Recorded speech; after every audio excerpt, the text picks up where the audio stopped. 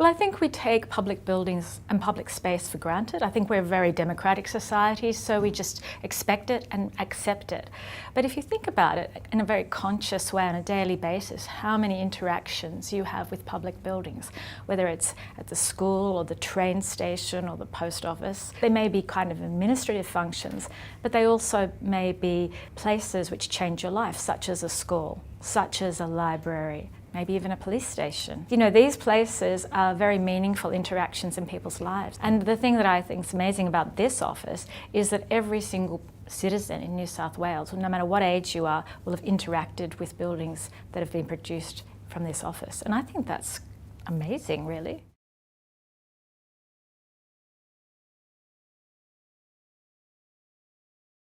The interesting thing about Macquarie is that he was the first governor that was a military governor. The previous ones were all naval governors, and so their skill was how to sail to the place rather than necessarily how to run the place. But Macquarie was the governor that was there about nation building. He was very keen to build a real city. Very early on he sent a message back to the Home Office that he needed a government architect, he used those words, to properly get this rabble of a settlement into some order. Unfortunately, he got no response. There was no response at all from the Home Office. They probably love to have this image of this terrible place so that less crime would happen in the UK. So Macquarie had a bit of a battle, but fortunately found his architect. Not through the formal sense of it happening, as a convict who he later emancipated. The public infrastructure that had been built by previous governors was crumbling when he came to the colony. So he needed a better standard, he needed somebody to help him. Interestingly, that was 6 years before the colonial treasurer was appointed. The position of architect was seen to be very, very important. And I think the fact that he had the vision to know what a government architect could bring to the settlement was pretty astute. So the colonial architect right from the beginning wasn't just leaving a legacy of great public buildings. There was impact on establishing standards, impact on apprenticeships and training and on the industry generally, impact on planning at a strategic level. And it's interesting that they're the roles that the government architect had for 200 years after.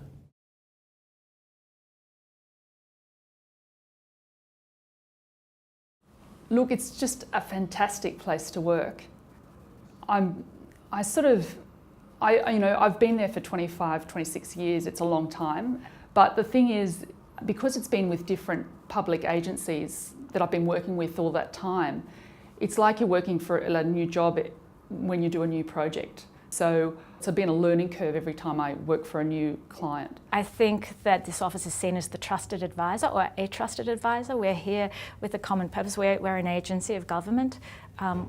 We don't have a profit motive for the sake of returning a dividend to shareholders. The shareholders are the people of New South Wales, and the mandate we have been given is through the government of New South Wales. So everyone kind of acknowledges that you're here for the public good, and I think a lot of what we do in this office is not actually react and respond. It's about challenging the brief, because sometimes clients are one-off clients. They may only commission one building in their life. So you see intersections and interrelationships which maybe that client in their own little silo may not have understood, and you can leverage that opportunity to bring stakeholders together. And so a lot of the time it's kind of putting policy into action. And I think probably some of our most successful projects are ones which are the most speculative in nature. I suppose you have to look at Australia at that time, 1950s, it was pretty moribund, and Australia had been through 2 world wars and a depression, so things were fairly static, if you like. But then suddenly it was all awakening at the end of the 50s and the early 60s, and this is when suddenly there was this movement or catalyst happening. At one stage, I would think almost 50% of the state's works were being carried out by public works. And that was because I think the baby boomers were coming through, and so there was a huge pressure for new buildings, for new universities. I mean, a lot of the new hospitals were being built. So the need for the public buildings, or let's say public facilities, was absolutely critical. We started off as young architects, sure. First few days locating you know, clotheslines in the back of police residents in the country. But it very quickly became a lot of work. There was a shortage of architects, a shortage of graduates back in those days. So it wasn't long before young architects were given schools to design and to follow through with and so on. You had opportunities, as I did, to try and get a school developed in 3 months to meet a demand for a rapidly increasing population of students. Things that were not normal, things that challenged you to break the rules. It was that support that you had from government to do that. I think it's very, very hard for a vast majority of architects to get, unless they've got that unique client with that desire to make things happen. But we were also given chances when we were young to work on some very big projects. So we really did feel privileged, and that was important. All the best people were there. All of the best students were there. And the best training and career path was recognised as being in the Government Architect's Office. It was in fact the envy of the world in those days. I'd wanted a scholarship to both Yale and Harvard, which I didn't take up. Sometimes I regret it, but I was getting incredible work here through the Government Architects. I mean, extraordinary opportunities. Why would you go over there and do something theoretically when you actually were building the buildings? We were a protected species in that design room under the atelier of Harry Rembert, and that was an extraordinary kind of period, really, because in fact he protected us and he encouraged us, and he was like a mentor. So he was a mentor to me. So a lot of those early buildings I owe a great deal to his kind of leadership, and not necessarily design philosophy, because he let people have their own head. And certainly if there was an understated, wasn't dictatorial, but it was a statement really that no excess and flamboyance was out, and fitness for purpose and rigour and all those things were part of the game. And they had to be frugal, because in fact, don't forget, it was coming out of an era of extreme frugality. Between 1962 for 27 years after 62, the Sulman Medal was awarded 18 times only. It was awarded for works of outstanding excellence. The Government Architect's Office got 12 of those 18 awards, 2/3 of them, over a period of 25 or more years. And the interesting thing is to reflect 100 years earlier, in 1862, for about the same period, 25 years, Barnett built 1,350 public buildings in New South Wales, civic infrastructure, huge impact. So I think that impact was there historically, but it certainly was carried well on into the next century as well.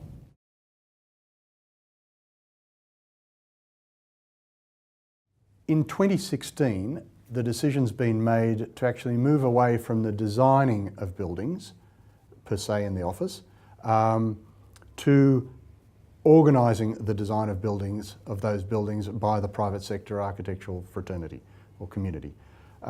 Why? Because there's a very mature industry, a very mature profession that is going to deliver a much broader range of ideas and potentials than can be delivered by a singular office. It's a collaborative role. Life's so complicated now, the built environment's so complicated, that a singular author is a difficult thing to claim nowadays. So I see my role as advocating for good design for people. That will make better, healthier, livelier communities that makes us a better group of people.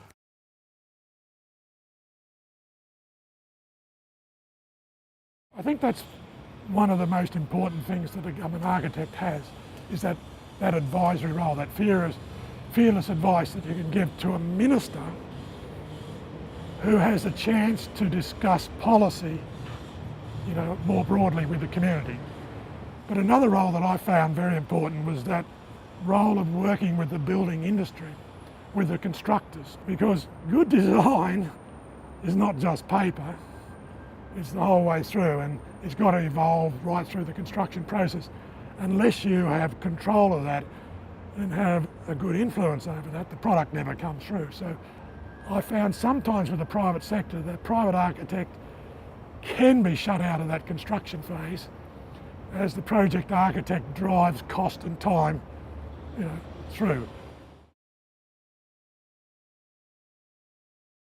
I think there is a real partnership that is to be had between the government architect's role and the private sector. But I think that the model that we have had over the last number of years, which is a commercial office within government, is extremely fraught for us as well as for private sector architects, understanding how does it work, how do you compete, why are you competing, and it's fraught because we're not a full commercial model because we only work for public sector clients, and so when there are quiet times and different priorities, you are kind of compromised as well. So the model's not been robust. We've been viable and we've been able to sustain ourselves, but I think ideologically it needed work too. And I think this rethink is part of that, of saying, well, what is it?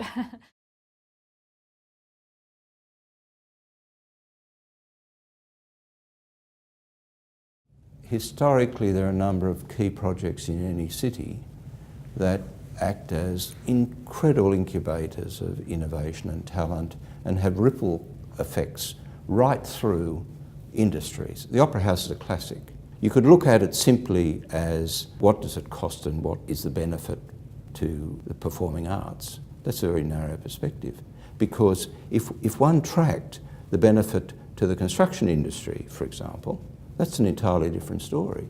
Almost every single civil or structural engineer of any worth was trained on the Opera House. Computer technology in architecture was introduced to the world through the Opera House. Glue technology, laminated beam technology, precast concrete, post-tension concrete, these were all things that were incubated there. The reason we're sitting in this building here, Australia Square, it was being built by the same engineers who were building the Opera House. Similar period of time, it was the tallest concrete building in the world when it was finished. Why does Sydney still have such advanced sophistication in the concrete industry? Because of the Opera House. Nobody else was building tall buildings or continues to build tall buildings the way we do so efficiently using concrete. They build them in steel. We don't. That's one little minor example of the flow on you get from key exemplars, projects that have got some extra effort put to them. A number of the benefits, the values that come from those projects, people find it hard to put a cost to or a value to in terms of fee arrangements or time to develop ideas. If you take a totally rationalist point of view, there is no extra money, there is no extra time. I think there are times when bravery is needed. And my argument would be if governments built just one building like that, risked one building every decade, what benefit? Some may not work, but what benefits would flow? It's the vision thing. The belief in architecture expressing the best of our values, the best of our technology, the best of our times. And that's what energises me as an architect. And I won't have any boring people talking that down to the ridiculous point where architecture is just a service. It's not. It's an expression of us.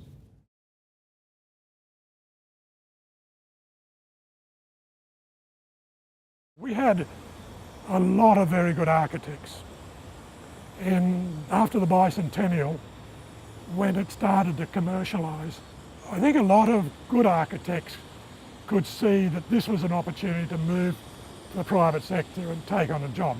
So to some extent a lot of my competition, if you sort of that, drifted away. But at the same time, Andrew Anderson was there and was, in my view, the best architect available, with due respect to all the others, to take on that role. And I don't think Andrew would mind me saying that he was offered the job, but had to weigh up that issue of becoming the director of client service or whatever, and losing that principal role of being the architect and sharing it with another role. So it was always sad to me that such a good designer was not able to go on to become an architect, and but it opened up that opportunity for me. But as time went on, I think Chris Johnson, when he came in as head of the design office, has begun or was able to start rebuilding some of those, central cores. We were able to start working closer with ministers again, because back in those days, the ministers responsible for education and so forth were all starting to feel their oats. They were out from under the Public Works Department, out from under the Deputy Premier. So it made it a little bit more difficult to sort of press home certain views. The clue, in a way, to how to make this work is how well you connect to the top people in politics. And so I managed to forge quite a good relationship with the Premier and the various ministers that I had, and was able, therefore, I think, to carry the role on in a reasonably positive way. Chris was a lot of fun, a lot of high energy, kind of crazy at times, but really there was a lot of vibrancy in the office at that time, and a lot of opportunity. Again, realising that there had been this more kind of commercial look at what we're doing, it was pretty important that we were able to demonstrate that we're efficient. So we got into quality management issues, total quality management. We got into processes to show that we're being fairly effective and efficient. It was a big office in those days, 200 plus people. We were fairly conscious to try to make sure that we, in doing these projects, had a particular reason. And the reason generally was to say we're going to, on behalf of government, innovate somewhat to push the boundaries in different building types.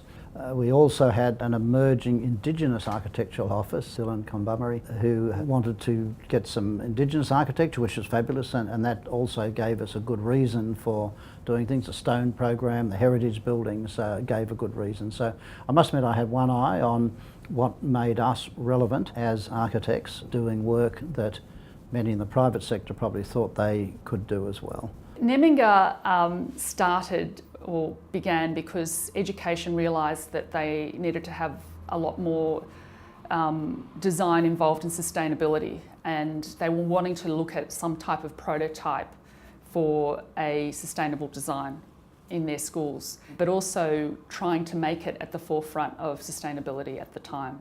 So it was designed in the early 90s, and it was a fantastic project to work on. It was fully documented in-house. It did win a RAIA award at the time, a sustainability award. And the thing is that a lot of these things designers will inherently take into a project. It's also now we get told through thermal modelling how much insulation you should put in. They calculate the size of your opening. So all those things are actually now embedded in a lot of the codes and regulations that we have. But at the time that Nemmingar was built, none of that information was really available. I always liked the term that Gaolenti, that Italian architect who did the Musée d'Orsay, used. She called galleries and museums the living rooms of the city. And these public spaces where people can meet and think and talk and have some vision about themselves in the future, these are critical to the development of culture, the development of a place. And I've seen that over the last several decades escalate in importance. Record attendances to museums and cultural events across the country well exceeds the attendance at sport, but not generally understood or recognised. I always do those projects in my head, not as a private architect, but as a government architect, as an architect that's primary focus is providing a public building, providing something enduring that will be worthy of the values and cultural expressions of this time, of this period, the best of them, not just the average, the best of them. And I think that means that many of those projects were not commercial for this practice, to be perfectly honest. We were paying for our indulgence in those projects by our commercial projects that were more profitable, or in fact that made a profit rather than making a loss.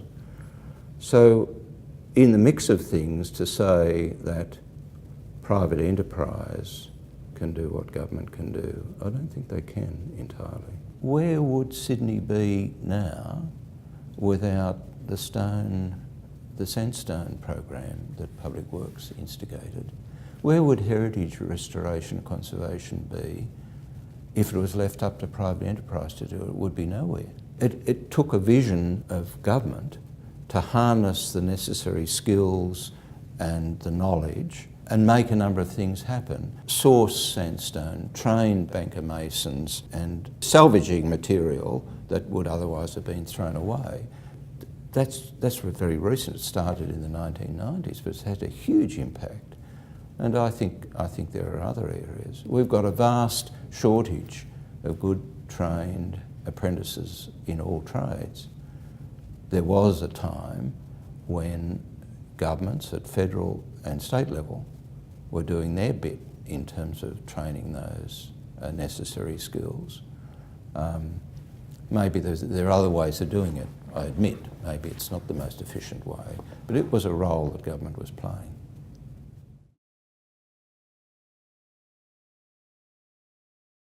Now that we're at this point of time where the office is changing quite radically, I like to think about it in a way that this office has actually seeded so many great architects. Even though this is the end of a chapter, it's not the end of the era in influence. That's the way I like to think of it.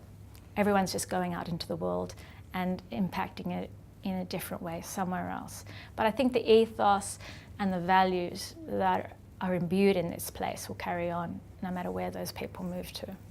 What are the aspirations around the built environment for government? What sort of cities and towns do we want to have?